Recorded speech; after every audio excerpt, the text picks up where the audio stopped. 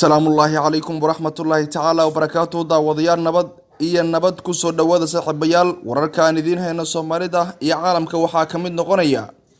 dowladda Kenya oo markaan ku hanjabaysa in ay aargudan doonto diyaaradii shalay laga soo riday taasi oo ku dhacday gudaha degmada Bardaale waxaana diyaaradaasi riday ciidamo ka tirsan kuwa dowladda Ethiopia.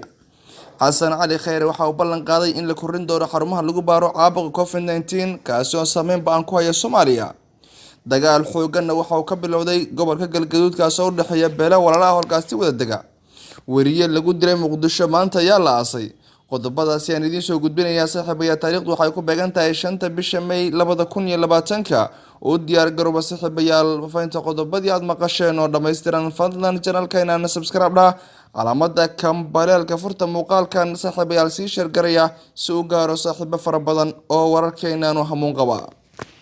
aynu ku bilownay dowladda dalka Kenya ayaa waxa ay si kulul uga hadashay diyaarad shalay lagu soo riday gudaha magaalada Bardaale ee gobolka Bay taasi oo ay leedahay dowladda dalka Ethiopia waa dowladda dalka Kenya waxaana diyaaradaasi lagu magacaabaa Juba Airways waxaana soo riday ciidamo ka tirsan kuwa dalka Ethiopia. diyaaradaasi waxaa soo gaaray burbur xooggan waxaana ka dhashay khasaare isugu jira dhimasho dhaawac waxaana dadka saarnaa diyaaradaasi oo ku dhintay kamid ahaa muwaadin u dhashay dalka Kenya waxaa sidoo kale la sheegay diyaaradaasi in laga lahaa gudaha dalka Kenya. dowladda Kenya waxay sheegtay inay dalbanayso in si degdeg ah dowladda Ethiopia uga soo warbixiso qaabkii loo soo riday sababta keentay diyaaradaasi in la soo rido. waxaa laga cabsi qabaa inuu qarxi karo dagaal u dhaxeeya dowladaha Ethiopia iyo Kenya kaasi oo ka dhalan kara diyaaradda Juba Airlines oo shalay lagu soo riday gudaha degmada Bardaale kadib markii diyaaradaasi ay ka degribtay garoonka yaalaalkaasi.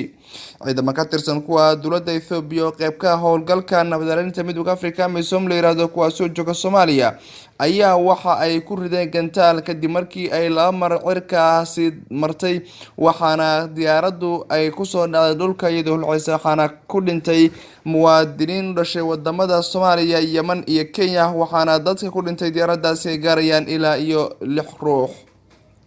dowladda Soomaaliya waxay maanta qoboreer caalami ah u dirtay halkii diyaaradda ay ku soo dhacday si ay u soo baaraan sababtii ka dambeysay diyaaradaasi in la soo rido iyo burburka diyaaradda soo gaaray inta uu leeyahay. ilaa hadda waxaa la ogeyn halkay ku dambeyn doonto xiisadan u dhaxaysa wadamada Kenya iyo Ethiopia taasoo ka dhalatay diyaaradii shalay ciidamada Ethiopia ay soo rideen. markana gobolka Galgaduud waxaa lagu soo waramayaa in dagaal xooggan uu ka soconayo qaybo kamid ah gobolkaasi Galgaduud kaas oo u dhaxeeya beelalkaasi wada dega. dagaalkan ayaa waxa uu ka soconayaa deegaan lagu magacaabo Bacaadweynkaasi oo ku yaala gobolka Galgaduud waxaana dagaalkaasi u dhaxeeya laba maleeshiya beeleed oo halkaasi wada deegaansada. dagaalkan ayaa waxa uu soconayay saacadihii la soo dhaafay waxaana ka dhashay khasaare isugu jira dhimasho dhaawac ilaa hadda ma jirto cid u istaagtay xalinta dagaal beeleedkaasi waxaana la soo sheegayaa in khasaaruhu sii kordhayo.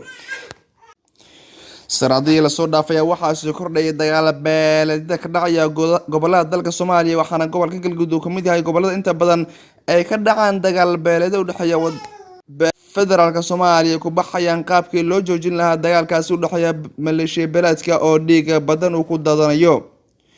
waxaa lagu soo waramayaa in ciidamada labada beel ay wadaan hub aruursigii ugu dambeeyay waxaana deegaanka lagu dagaalamayo ka bilowday baraka xooggan maadaama dadka deegaanku ay ka cabsi qabaan in khasaare xooggan uu ka soo garo dagaalkaas halkaas ku dhaxmaraya beelaha walaalkaasi wada dega. Ra'iisul Wasaaraha Xukuumadda Federaalka Soomaaliya Xasan Cali Khayre waxa uu amray in la kordhiyo goobaha lagu baaro caabuqa COVID-19 kaasoo dhibaato xooggan ku haya shacabka Soomaaliyeed gaar ahaan shacabka reer Muqdisho.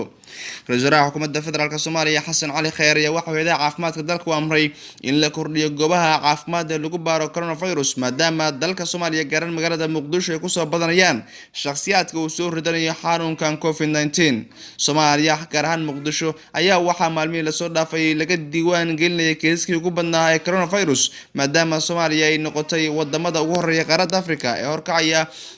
kaalmaha hore ee COVID-19 waxaana dowladda federaalka Soomaaliya haatan ay dardar gelinaysaa qaabkii loo xakameyn lahaa caabuqa COVID-19. dowladda federaalka Soomaaliya hogaamiyo Ra'iisul Wasaare Xasan Cali Khayre waxa uu amray in la kordhiyo xarumaha lagu baaro coronavirus si loo yareeyo khatarta